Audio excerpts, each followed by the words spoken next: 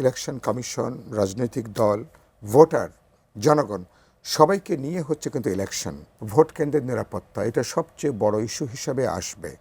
তো এখানে রাজনৈতিক দলগুলোর মধ্যে এই বোঝাপড়া খুব গুরুত্বপূর্ণ। অনেকে দেখতে চান যে ইলেকশনটা ফেল করুক, আমরা মারামারি করি, ইলেকশনটা পণ্ড হয়ে যাক, ব্যাপক একটা সহিংসতা হয়েছে। একজন সমর্থকের বা কর্মীর এভাবে মৃত্যু ঘটলো, আপনি কি মনে করেন এটাতেই শেষ হবে, নাকি যেই বুদবুদটা উঠছিল সেটা এখন আগ্নেয়গিরি সামনে অপেক্ষা করছে? আপনাকে ধন্যবাদ।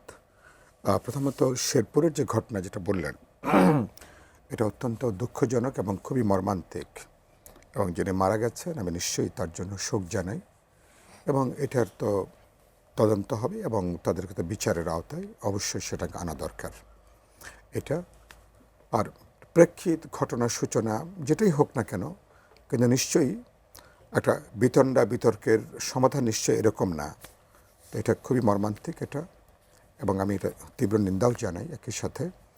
কিন্তু এটা যেটা বললেন সারা দেশেই কিন্তু নির্বাচন কমিশন থেকে আমি মনে করি এটা একটা ভালো উদ্যোগ। আজকে ঢাকা 12 নিয়ে, ঢাকা 12তে সবচেয়ে বেশি প্রতিদ্বন্দ্বী প্রার্থী 15 জন, বাংলাদেশের মধ্যে সম্ভবত সবচেয়ে এককভাবে কোনো আসনে সবচেয়ে সর্বাধিক প্রার্থী।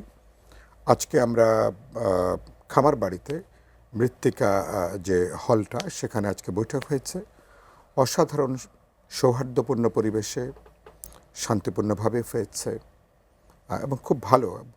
সামনের আসনগুলো যারা প্রার্থী তাদের জন্য সংরক্ষিত ছিল, তারা বসার পরে তারপরে এরপরে অন্যরা বসবেন, এটা স্বাভাবিক। এটা তো এটা মানে এটা তো স্বাভাবিকভাবে হওয়া উচিত। মানে কোনো ব্যাড ইন্টেনশন না থাকলে তো আপনি সামনের সারির সবগুলো কোনো দল তো নিশ্চয়ই দখল করে রাখবে না। এটা কোনো সাধারণ সৌজন্যের বাইরে, সাধারণ রাজনৈতিক যে সৌজন্য এটা তো পুরোপুরি তার বাইরে। মানে খানিকটা উস্কানিও যে খানিকটা তৈরি করা হয়েছে, এটা একটু হিসাবের মধ্যে নেওয়া দরকার। আমি উদ্বিগ্ন যে যেটা আপনি বলছিলেন, এর আগে তো শরীফ ওসমান হাদি ঢাকা 8-এ আমি প্রথম ইলেকশন করতে চেয়েছিলাম, পরে তো আমি ঢাকা 12তে এসেছি, তিনি নিহত হয়েছেন।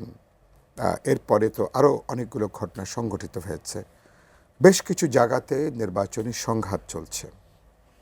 তবে সারা দেশের 300 আসনের তুলনায় আমি মনে করি এখনও পর্যন্ত কয়েকটা ঘটনা ছাড়া সাধারণভাবে পরিবেশটা ভালো। প্রধান কারণ হলো 17 বছর পরে এবার একটা ভোটের উৎসব হতে যাচ্ছে। মানুষ 3 বার ভোট দিতে পারেনি কার্যত, ফলে মানুষের একটা বিপুল আগ্রহ আছে, প্রত্যাশা। আমি ঢাকা 12তেই দেখছি, আমি যেখানে যাচ্ছি দলের নেতা কর্মী বাইরেও সাধারণ মানুষ তারা কিভাবে আমার সাথে হাঁটছেন, যুক্ত হচ্ছেন, কথা শুনছেন, উৎসাহ, মানে স্পন্টেনিটিটা আমি দেখছি খুব মারাত্মক পর্যায়ে স্পন্টেনিটি। তো এই আমেজটাকে ধরে রাখা দরকার। প্রধান দায়িত্ব আমি বলেছি সরকারের। ইলেকশন কমিশন এককভাবে এটা করতে পারবে না, যদিও তফসিল ঘোষণার পরে প্রধান দায়িত্বটা অফিসিয়াল ইলেকশন কমিশনের। নির্বাচন সংশ্লিষ্ট প্রতিষ্ঠান, মন্ত্রণালয় তাদের নলেজের বাইরে গুরুত্বপূর্ণ কোনো সিদ্ধান্ত হবে না। এটাই হচ্ছে রুলসের, মানে রাজনৈতিক দলগুলোর তো একটা ভূমিকা রাখার আছে। কিন্তু সরকারের পলিটিক্যাল উইলটা মনে করি সবচেয়ে গুরুত্বপূর্ণ। আচ্ছা, সরকারের থেকে সরকারের পক্ষপাত দুষ্টতা নিয়ে তো ধরেন বিভিন্ন দলই সমালোচনা করে এসছে। সরকার চেষ্টা হয়তো করছেন একটা পক্ষপাতহীন জায়গা আসার জন্য। সরকারকে এখন একটা বলেন পক্ষপাত দুষ্ট ভূমিকা আসার দরকার। সরকারের পলিটিক্যাল উইলটা হচ্ছে সবচেয়ে গুরুত্বপূর্ণ। তাহলে ইলেকশন কমিশন, রাজনৈতিক দল, ভোটার, জনগণ সবাইকে নিয়ে হচ্ছে কিন্তু ইলেকশনটা এককভাবে রাজনৈতিক দলগুলোর মধ্যে যদি একটা রাজনৈতিক টলারেন্সের সংস্কৃতি না থাকে, ভিন্ন মতকে যদি আপনি শোনার মতন ধৈর্য না থাকে, তাহলে তো সেই সমাজকে কোনো গণতান্ত্রিক মানসিকতা বলা যাবে না। সেদিক থেকে আমি মনে করি যে পরিস্থিতিটা আছে, কিন্তু কিছু কিছু আশঙ্কা আছে।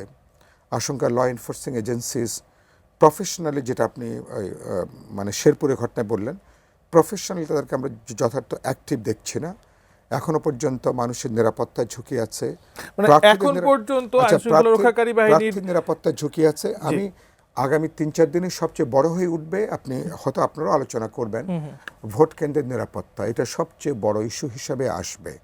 তো এখানে এখানে কেবল এখানে রাজনৈতিক দলগুলোর মধ্যে এই বোঝাপড়া খুব গুরুত্বপূর্ণ।